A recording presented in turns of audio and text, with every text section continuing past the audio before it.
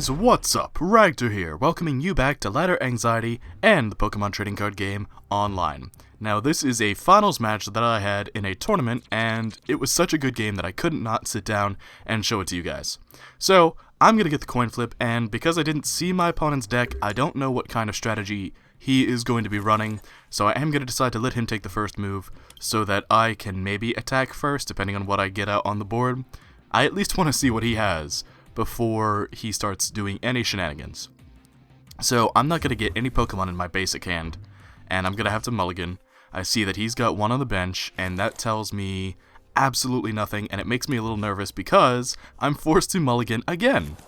This time, I finally get a Gible. I also get a Gabite and a Garchomp ready to be evolved, but I don't have any good drawing power. I don't have a single supporter card in my hand. I don't have a Professor Sycamore. I don't have a Professor's Birch.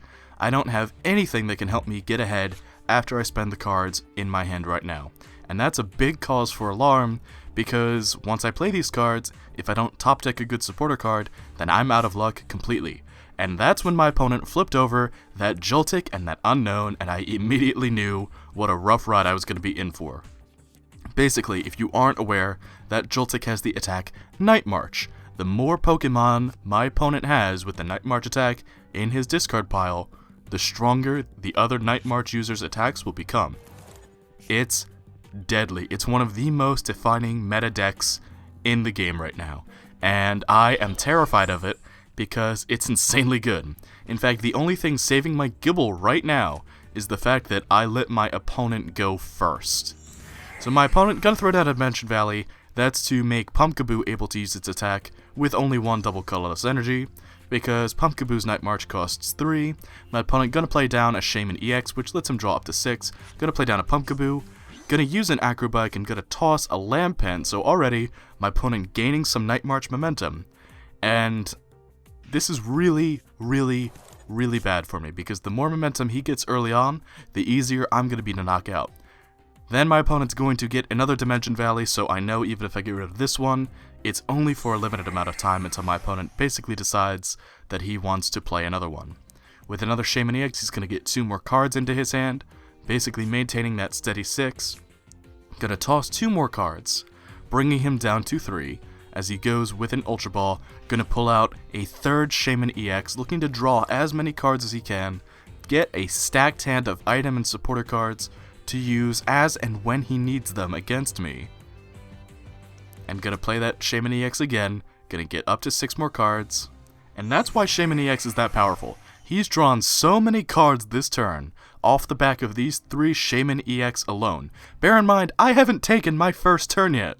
This is all this guy's first turn. We're 3 minutes into the video, and it's still this guy's first turn. He's gonna Battle Compressor away his Lampents, and now he has everything he needs to apply as much early game pressure as he wants. He's gonna Farewell Letter that Unknown, gonna get to draw 1 more card, and he's gonna play 1 Pumpkaboo. That leaves him with 2 Pumpkaboo on the bench as offensive backup for this Joltik, and he has a ton of Night Marchers in the discard pile. If I'm correct, he has all 4 Lampent already. Now, I don't have a whole lot that I can do, so here's what I'm going to try to get done. I'm going to use my Professor's Letter. I'm going to get 2 energy cards. Then I'm going to use my Ultra Ball. I'm going to toss my Gabite and the Max Potion, which isn't going to come in handy in this game. And I'm going to go looking for another Gible, because I need to be able to set something besides this main active Gible up. If I let it get knocked out on the first turn, then I lose right away, and where's the fun in that?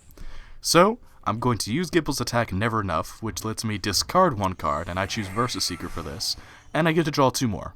I get a Strong Energy and a Fighting Stadium.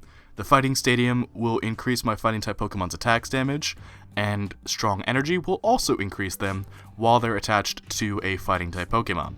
So I've got a lot of damage potential here, but that's obviously not going to help me considering how low the HP is on these Night March Pokemon. Joltik only has 30, and it's fighting weak, so any attack from any Pokemon in my deck besides Hawlucha, who can only hurt Pokemon EX, is gonna knock out a Joltik. The main thing here that I have to worry about is the Pumpkaboo, because Pumpkaboo resists fighting, so I have to approach that carefully. Now, my first Gible is gonna get knocked out, my opponent gonna take the first prize of the game. This puts me in a bad position, but I do top deck a Professor Sycamore, so I have options now. That is the big thing. I have options. I'm going to play down Fighting Stadium to get rid of my opponent's Dimension Valley. Then I'm going to Rare Candy into Garchomp. I'm going to Professor Sycamore, tossing one of my energy away, and I get another Gible and a Hawlucha from that. Not only that, but I've pulled a Repeat Ball. And what the Repeat Ball will let me do is it'll let me pick any Pokemon that I currently have in play. If I've got another copy of it in my deck, I can pull it into my hand. I'm going to choose a third Gible because I need something to protect myself with. If this Garchomp falls, I need to be able to have a backup. And bear in mind, this is all my offensive power on the board right here, besides the Lucario EX currently sitting in my deck. Because my first Gible was knocked out, at most, I have 3 Garchomps in me. Just 3. That's not a lot when you consider how many Night March Pokemon he can freely throw at me, because having more Night March in the discard pile only helps him. So even if I knock out this Pumpkaboo, I'm only powering up that one he's got on the bench there, and he is going to unceremoniously knock out my Garchomp. That leaves me with 2 potential Garchomp here. So I make a bit of a mistake here.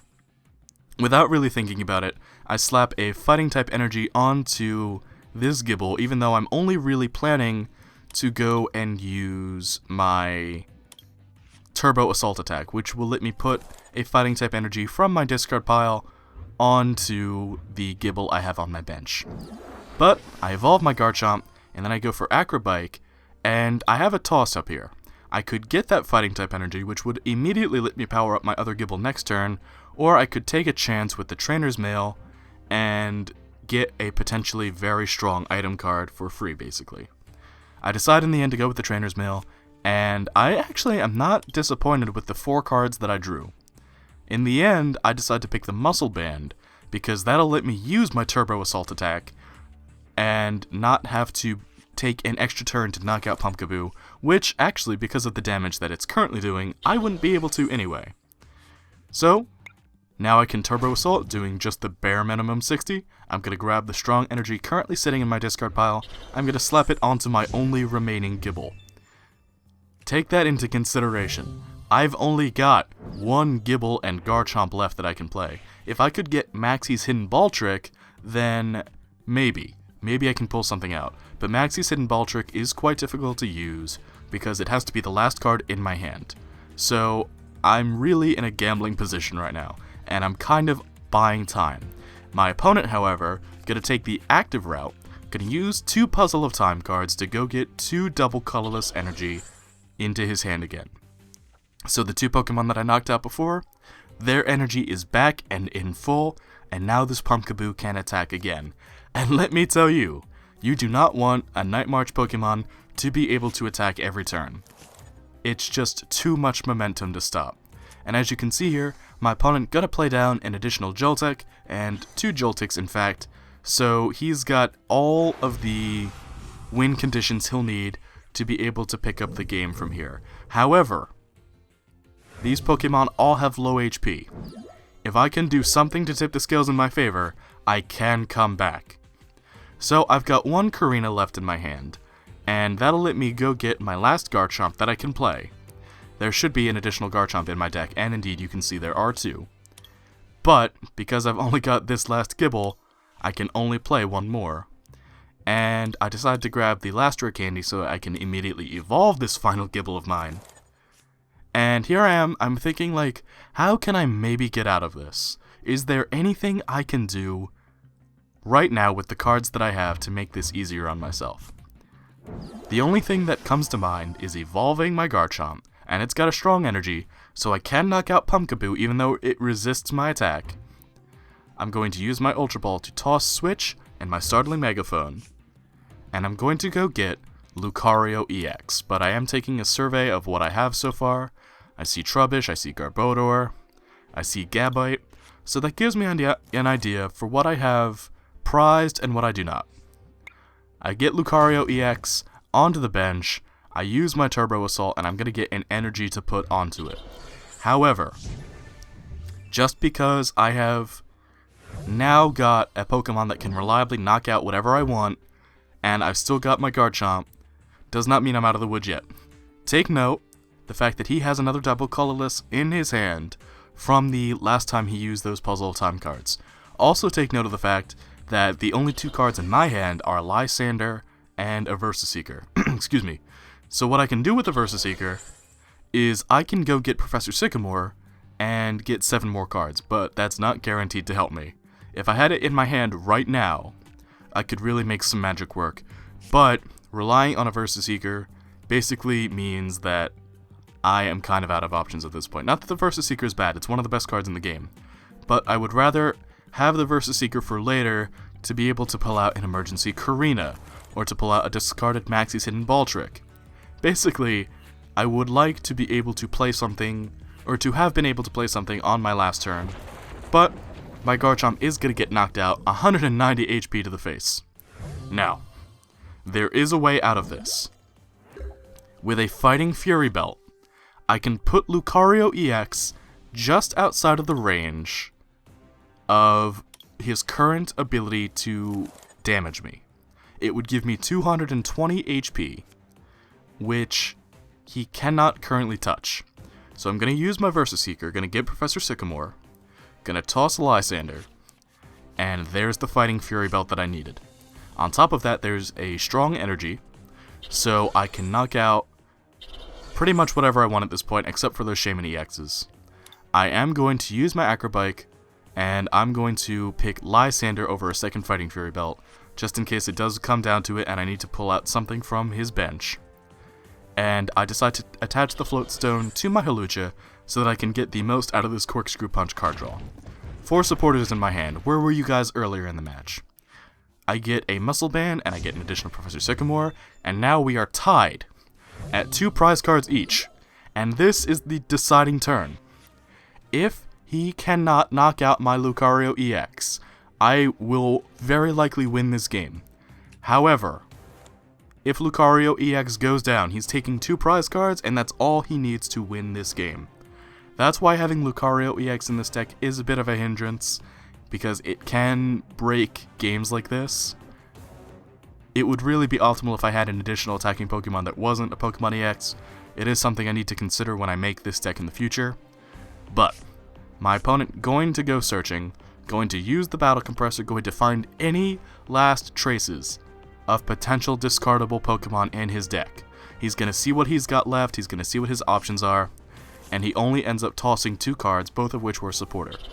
He slaps down the double colorless energy, and with the damage that he has right now, he will deal 200. Just 200, which I could survive. But with that Versus Seeker, he pulls out Xerosic, and Xerosic is able to discard my Fighting Fury Belt, which puts me just under the range of my opponent's Night March, and that's gonna knock me out. So, my opponent gonna take that victory there, but it was a good game. That was a great game by my opponent, and I walked away with 3 Fates Collide boosters, so I can't really be too upset. I had a lot of fun with that tournament, and I hope my opponent had fun battling me, because that was one of the best games in that tournament, one of the best games that I've played in a long time. So, if you guys have enjoyed this episode of Ladder Anxiety, then please let me know with a like and a comment down below, telling me just how much fun you've had, and let me know if you thought I was actually gonna take it back there at the end. It's a little cocksure to say, but, you know, usually when I upload these, it's because I've won, right? I don't tend to upload losses too often, because when I lose very, very quickly. Like, my decks just run out of steam within the first few turns, and they don't make for good watching. But this loss I'm kind of proud of. We went right up until the end, and it was 1 card that decided the game, so can't really be upset about that. So, I will see you guys when we return to the Pokemon trading card game online. Be sure to take care and have a good one. Thanks so much for watching. Bye-bye!